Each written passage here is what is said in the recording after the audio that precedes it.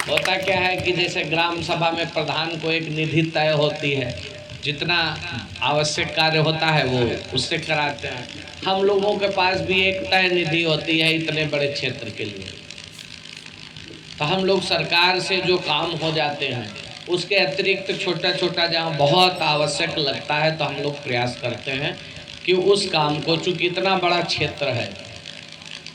और जब मैं यहाँ विधायक बना था आप सब लोगों के स्नेह और प्यार से, तब मुझे भी बहुत अनुभव कम था, लेकिन धीरे धीरे मुझे भी लगा कि किस चीज़ का उपयोग कहाँ करना चाहिए, जहाँ बहुत आवश्यकता है। क्योंकि ये सरकार जो हम लोगों को भी निधि देती है वो कोई हमारी जेब में नहीं जाने वाली, उससे आपके ही विकास कार्य होंगे और आपका ही लाभ होना है, जनता के लिए ही है वो विकास निधि। लेकिन थोड़ा थोड़ा काम जहाँ बहुत आवश्यक होता है वहाँ कराया जाता है। इसलिए कभी कभी ऐसा होता है कि वो कुछ आवश्यक चीज़ें छूट भी जाती हैं और जनता को कभी ये नहीं सोचना चाहिए। मैंने प्रयास किया, इससे पहले भी बहुत जनप्रतिनिधि थे, लेकिन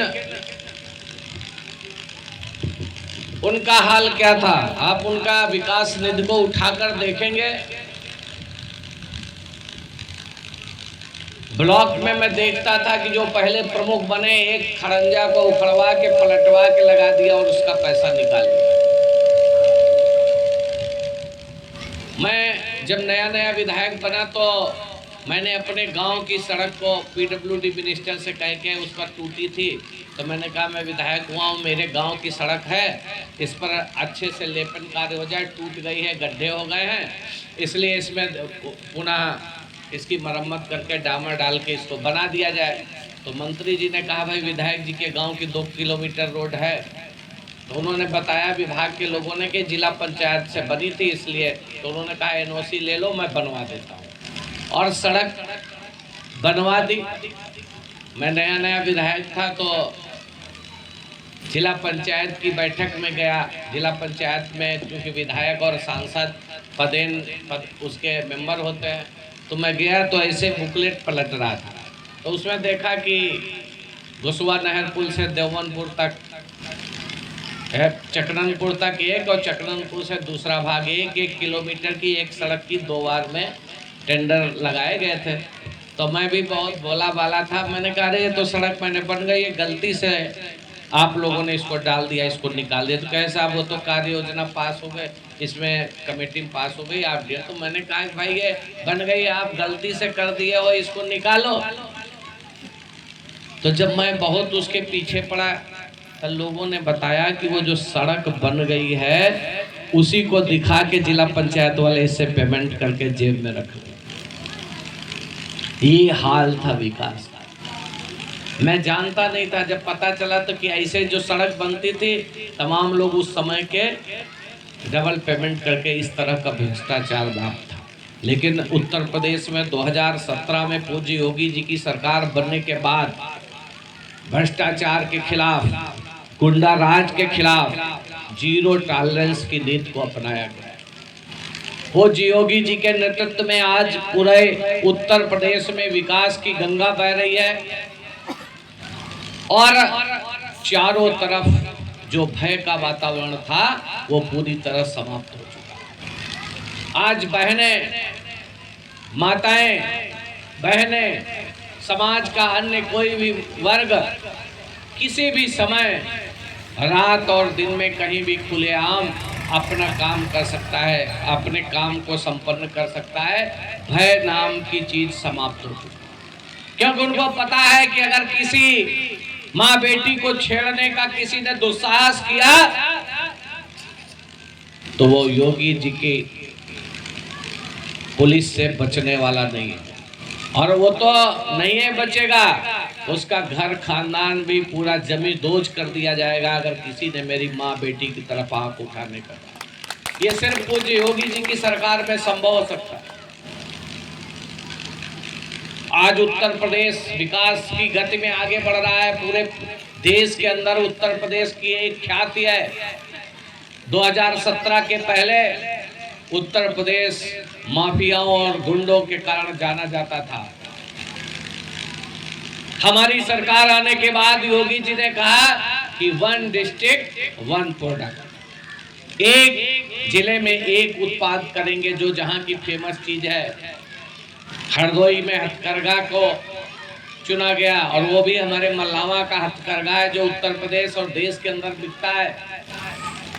ऐसे ही हर जिले के अंदर एक प्रोडक्ट दिया योगी जी ने। हमारी सरकार ने दिया 1 डिस्ट्रिक्ट 1 प्रोडक्ट। और समाजवादी सरकार ने क्या दिया था? 1 डिस्ट्रिक्ट 1 माफिया। हर जिले में एक माफिया था, वही तय करता था कौन थानेदार बनेगा, कौन कहां पर सीओ बनेगा, कौन एसपी बनेगा, वो पूरी सरकार चलाता था। लेकिन योगी जी की नेतृत्व वाली सरकार में अगर विधायक और सांसद भी गलत करेगा तो उसको भी पार्टी और सरकार दंडित करेगी, ऐसा प्रावधान है। सबके लिए बराबर कानून। ये सिर्फ भारतीय जनता पार्टी की सरकार में संभव हो सकता है। और मित्रों, उसका परिणाम है कि लगातार 35 वर्षों बाद एक मुख्यमंत्री दोबारा 5 वर्ष पूरा करके दोबारा अगले पंचवर्षीय के लिए मुख्यमंत्री की शपथ लेता है। उत्तर प्रदेश में 35 वर्ष बाद संभव होता है। और यहाँ की जनता ने दोबारा भारी बहुमत से जितवाया। जो लोग जात की राजनीति करते थे, मुस्लिम तुष्टीकरण की राजनीति करते थे, उनको जनता ने एक बार फिर नकारने का। जो गुमराह करते थे, हमारे मुसलमान भाइयों को भी गुमराह करते थे। पहले देश में कहते थे कि मोदी जी आ जाएंगे तो मुसलमानों को खा जाएंगे, फिर योगी जी से तो और डराया गया। लेकिन अगर सबसे ज़्यादा अल्पसंख्यक समुदाय मुस्लिम वर्ग या अन्य हमारे जो अल्पसंख्यक समुदाय के लोग हैं, हमारे अनुसूचित समाज के लोग हैं, अगर सबसे ज़्यादा उनको लाभ किसी सरकार ने दिया तो वो भारतीय जनता पार्टी के नेतृत्व वाली सरकार। जब हम प्रधानमंत्री आवास योजना के तहत आवास देते हैं, स्वच्छ भारत मिशन के तहत शौचालय देते हैं, हम गैस कनेक्शन देते हैं, हम बिजली कनेक्शन देते हैं, हम आयुष्मान भारत के तहत 5 लाख का इलाज कराते हैं और किसान सम्मान निधि के 2000 रुपए सबके खाते पे हर 4 महीने में भेजते हैं। तो मोदी जी और योगी जी कभी पूछते नहीं कि तुम्हारी जाति क्या है, तुम्हारा धर्म क्या है। जो इस देश का नागरिक है, जो पात्र है, उसको हमारी सरकार ने आवास, शौचालय, गैस कनेक्शन, बिजली कनेक्शन, आयुष्मान भारत और किसान सम्मान निधि देने का काम किया। उसमें कोई जाति और मजहब पूछकर किसी के साथ कोई भेदभाव नहीं किया। ये सिर्फ यशस्वी प्रधानमंत्री नरेंद्र मोदी जी के नेतृत्व वाली सरकार, उत्तर प्रदेश में योगी जी के नेतृत्व में डबल इंजन की सरकार, इसमें ही ये संभव हो सकता है। हमारी सरकार में ही अगर बिजली 20 घंटे आएगी, 18 घंटे आएगी, 15 घंटे आएगी, 24 घंटे आएगी, जो भी गोरखपुर में आएगी वही हरदोई में आएगी और वही बनारस में आएगी, वही इटावा में आएगी, आजमगढ़ में आएगी। हम किसी से भेदभाव नहीं करते। लेकिन उनकी जब सरकार थी तो जिला भी तय था कि बिजली आएगी तो नौकरी मिलेगी तो सड़क बनेगी तो वही लिमिटेड जिला देख के उनका विकास किया जाता था। पूरे उत्तर प्रदेश के अंदर भेदभाव किया जाता था।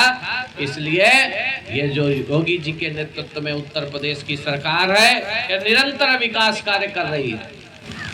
और मैंने बताने जा रहा था कि आपके यहाँ पहले जो ब्लॉक प्रमुख हो जाते थे वो भी बार बार खड़ंजा पलट पलट के रुपया निकाल लेते थे। अन्य जनप्रतिनिधिगण होते थे, वो अपना निधि को स्कूल वालों को देके उसमें से निकाल लेते थे, कितना % तय कर लो। लेकिन विकास के मामले में किसी ने इस क्षेत्र की तरफ देखने का काम नहीं किया। इसलिए मित्रों, आज ज्यादा बात न कहकर आप सबसे इतना निवेदन करना चाहूंगा कि जो सरकार की मंशा है, हमारी ग्राम सभा तक मॉनिटरिंग होती है। अभी वृक्षारोपण अभियान था, एक एक ग्राम सभा तक की जियो टैगिंग और सारी चीजें, एक एक चीज पोर्टल पर भेजकर कि कहाँ पर कितने वृक्ष लगे, उनका फोटो, सारी चीजें एक नंबर में करने का काम हमारी सरकार ने किया कि कहीं पर कोई भ्रष्टाचार न दिखाई दे। आज हमारी बहनों के लिए जो भी योजनाएं चलती हैं, चाहे वो गैस कनेक्शन हो और भी महिलाओं के लिए, किसानों के लिए,